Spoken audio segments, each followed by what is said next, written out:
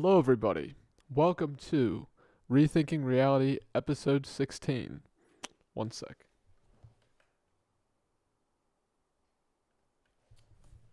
There we go. This is the podcast where I talk about various aspects of reality and things that might make you scratch your head. Today, we are looking at an amazing book called Who Wrestle With God. This is by author, psychologist, Professor Jordan B. Peterson. This is his newest book. I finished it yesterday, and I think so, yesterday. And we're going to talk about this book, okay? So I do have a list of bullet points here, and I'm just going to go through them.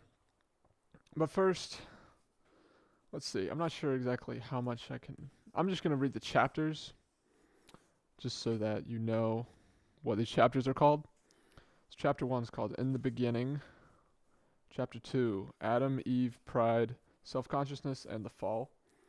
Chapter 3, Cain, Abel, and Sacrifice. Chapter 4, Noah, God as the call to prepare. That was 4. Chapter 5, the Tower of Babel, God versus tyranny and pride. Chapter 6, Abraham, God as spirited call to adventure. Chapter 7, Moses 1, God as dreadful spirit of freedom. Chapter 8, Moses 2, hedonism and infantile temptation.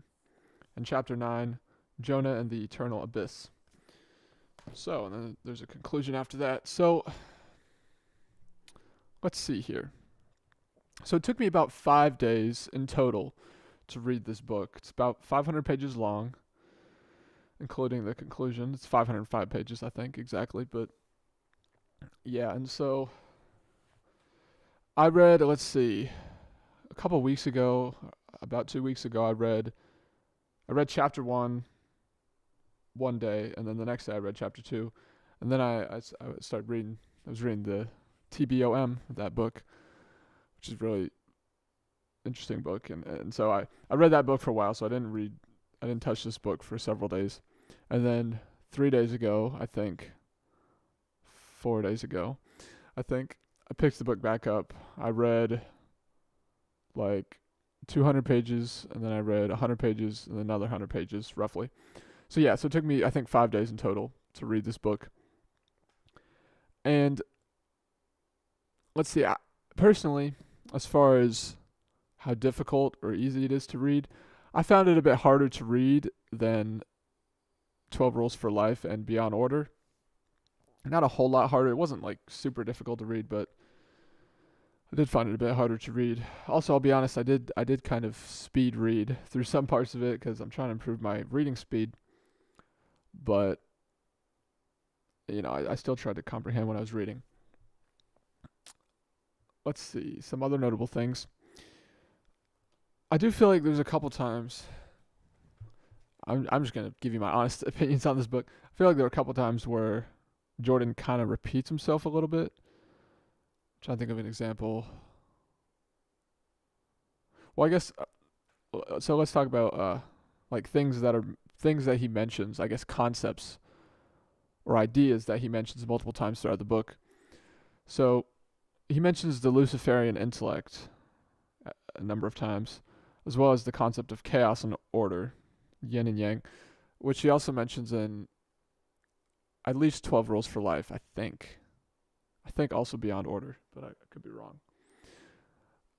Yeah, at least 12 Rules. Probably both of them, because they're, an antidote to chaos, and then what's the Beyond Order, 12 more Rules for Life. So anyway, he talks about hedonism. Well, that's even, in one of the names of the chapters, as well as the victim/bully mentality and conscience.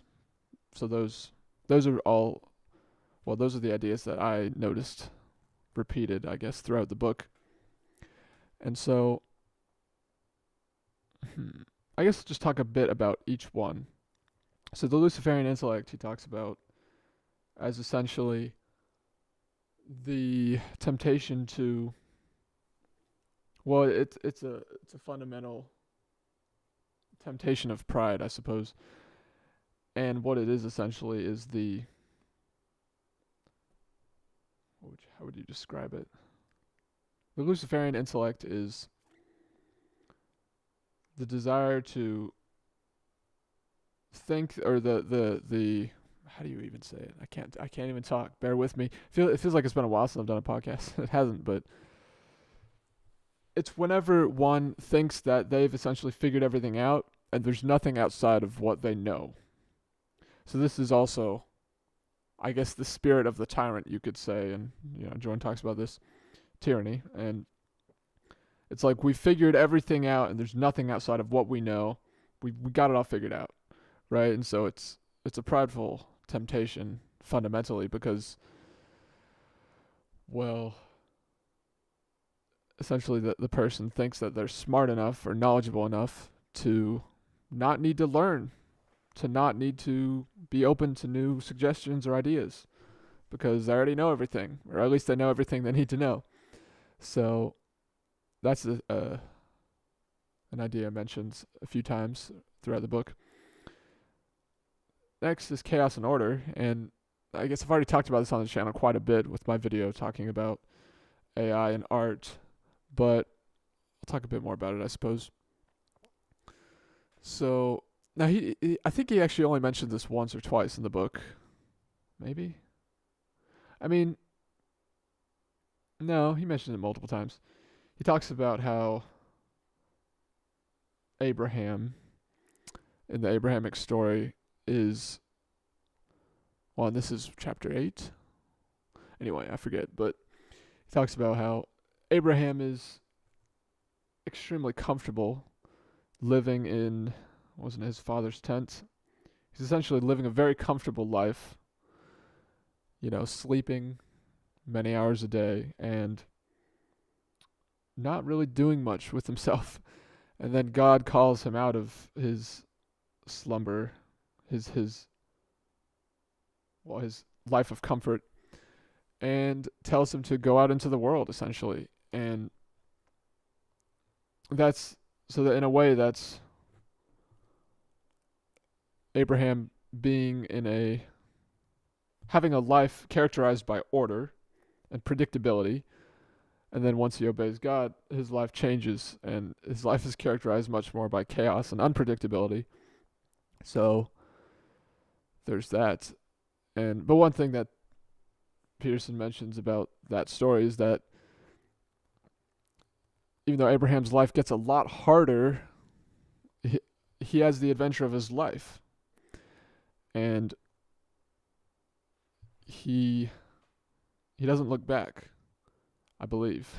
I'm trying to think. My memory's not great, but yeah. So that's chaos and order. Okay, let's move on. Let's see. I gotta look at time. I think we're doing good. He talks about hedonism. Yeah. So that's, I think, the second to last chapter, chapter 8. Need some water. Hold on.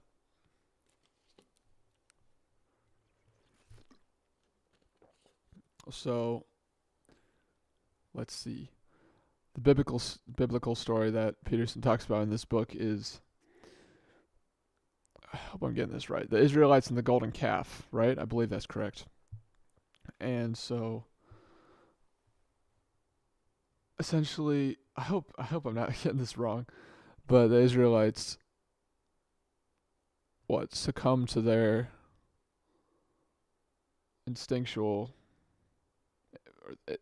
instincts and their immediate whims, short-lived desires, you could say.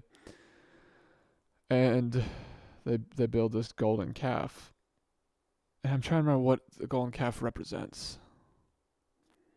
Well, it represents something that's valuable, and also something that is food, could be food, or something that food, I guess, could come out of. And so I don't know where I'm going with that. But anyway, I just know he talks about that in the book. But yeah, and I guess hedonism also kind of relates to the Abrahamic story, though not so much, I suppose, because I guess Abraham wasn't so much chasing pleasure as he was avoiding pain or avoiding discomfort. But yeah, I'm trying to think. What else is there to say about that?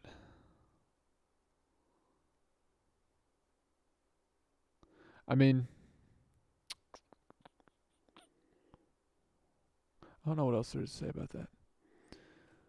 I mean, ultimately, hedonism is not it's not a good medium to long term strategy. That's for sure. But I mean, it's a good short term strategy, but it's like that's about it. So it makes sense too, right? Because I mean, the thing about it is like because human beings are not we're not just physical, right? Ultimately, if we just basically live as if we were a 2 year old, which is kind of what Jordan says, we live like an infant where we just immediately satisfy all of our desires and always do that. Well, we're not going to be happy. We're not going to have meaning in our lives because, well, we're not 2 years old anymore. And so that's the thing about it. I mean, ultimately, the book talks about this. Jordan makes the case that the way that a society functions optimally, I suppose, in order for a society to be productive and stable, everyone should give their best. Everyone needs to give their best. Every individual needs to sacrifice in some way, right? And everyone needs to help everyone else. So sacrifice is a big part of that and responsibility, right? He also says that, and this is true, I think, sacrifice and work are essentially the same thing. I mean, they are. They go hand in hand. Because, I mean, if you work, you're living for your future self. And so you have to sacrifice your immediate desires in the moment. So, yeah, there's that. Next point, or next theme, I guess, is the victim and bully mentality. So, yeah, let's see. Jordan doesn't talk much about politics in this book, I don't think. But he does a fair bit, I guess. A little bit. And he talks about I hope I'm saying it correctly, Oedipal mother. What's the other term for it? Right? Mother? Or is that the Oedipal father? I don't know. Basically, the mother who is too loving, you could say. Or too loving, I suppose. The mother who protects her child too much and doesn't know when to let go of the child, essentially. And he talks about how that attitude or mentality is dangerous, and I'll say because this ties into Adam and Eve as well, which he talks about towards the beginning of the book. That's fundamentally Eve's. That's the sin that Eve commits in the garden, and so you could say, and I think this is true, that's the primary temptation of the feminine, I guess you could say, is that, let's see, I'm trying to think of how he worded it. It's something like, my compassion and love is so all-encompassing that I can invite and even transform that which is most evil, that which is pure evil, right? And we see this with some of the woke leftist ideologues who, I don't want to get too political, but we see that same spirit, the same spirit that caused the fall, though it was Adam as well as Eve, I suppose, But, and we'll talk about Adam's sin in a minute. But yeah, so we see that same spirit manifesting itself, or appearing, I would say, in today's world. because ultimately, well, I guess it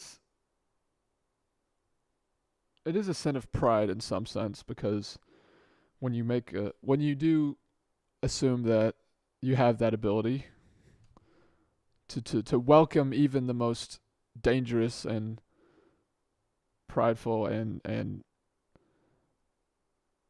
wicked people, essentially what you're saying is that what are you saying? It's a good question.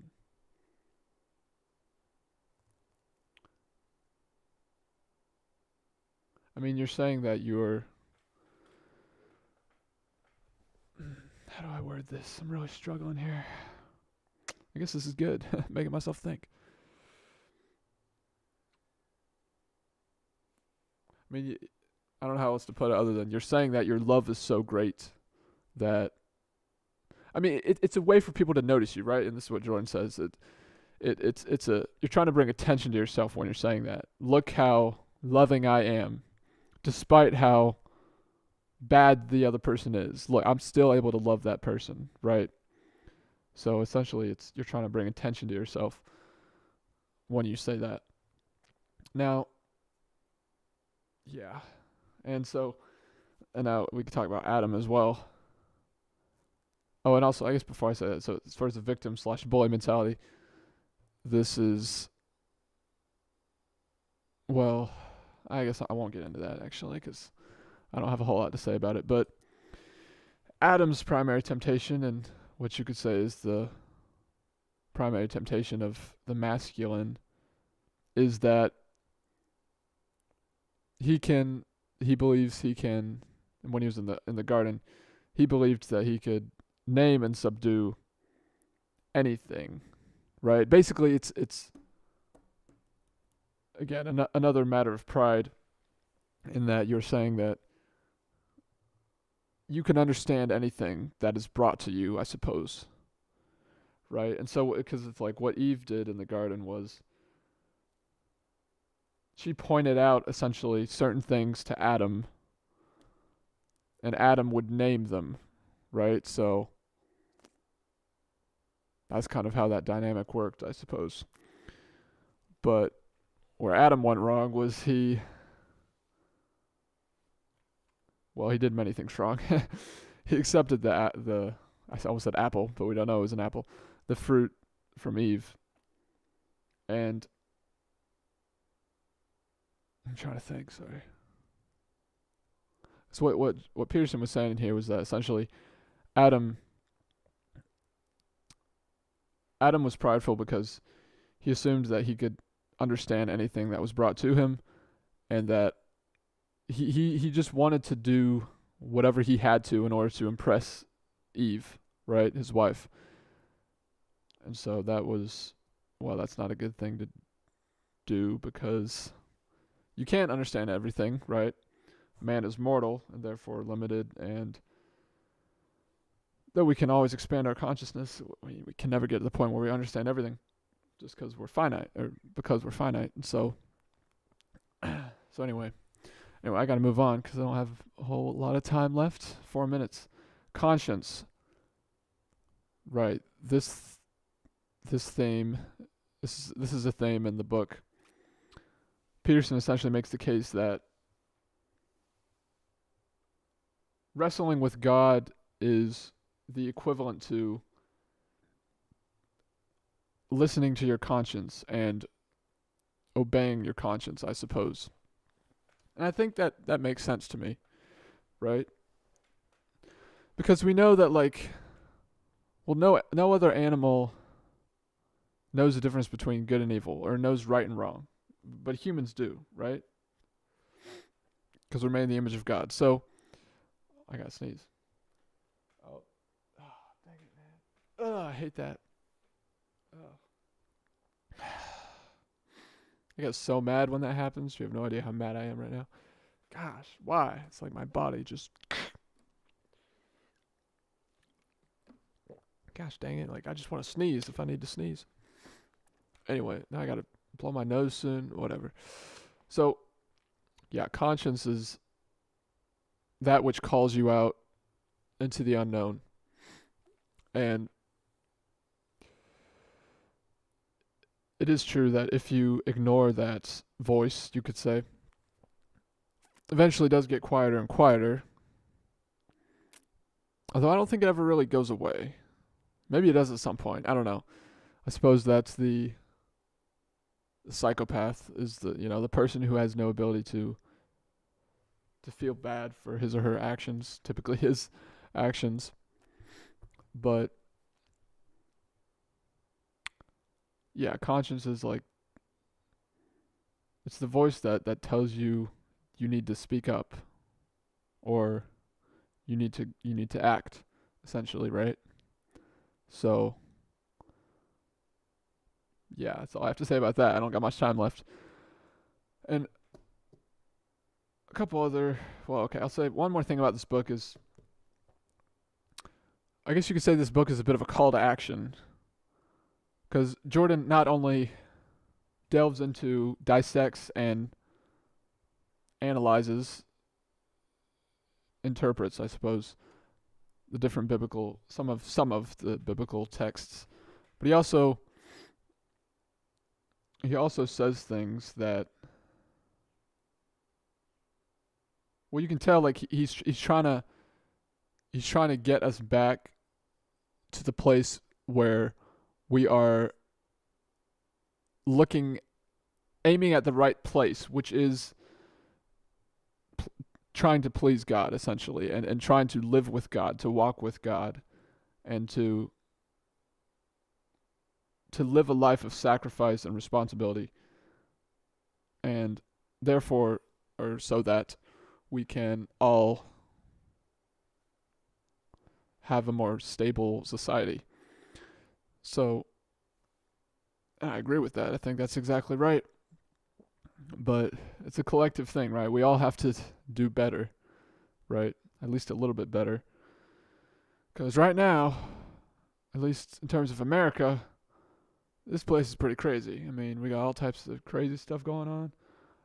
It could be worse. It's probably really not as bad as it looks because of the news and all that stuff, but it's still pretty bad. But yeah, a couple other random things about this book. I noticed a couple typos. I think literally 2 typos.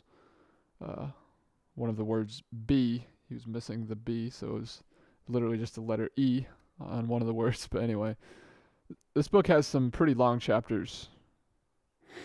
Yeah, like 50 plus, 60 plus pages, a couple of them. So yeah, anyway, I don't have much time left. If you enjoyed this video, let me know in the comments below. I will see you in the next one. Oh gosh, here we go. Bye-bye. Thanks for watching.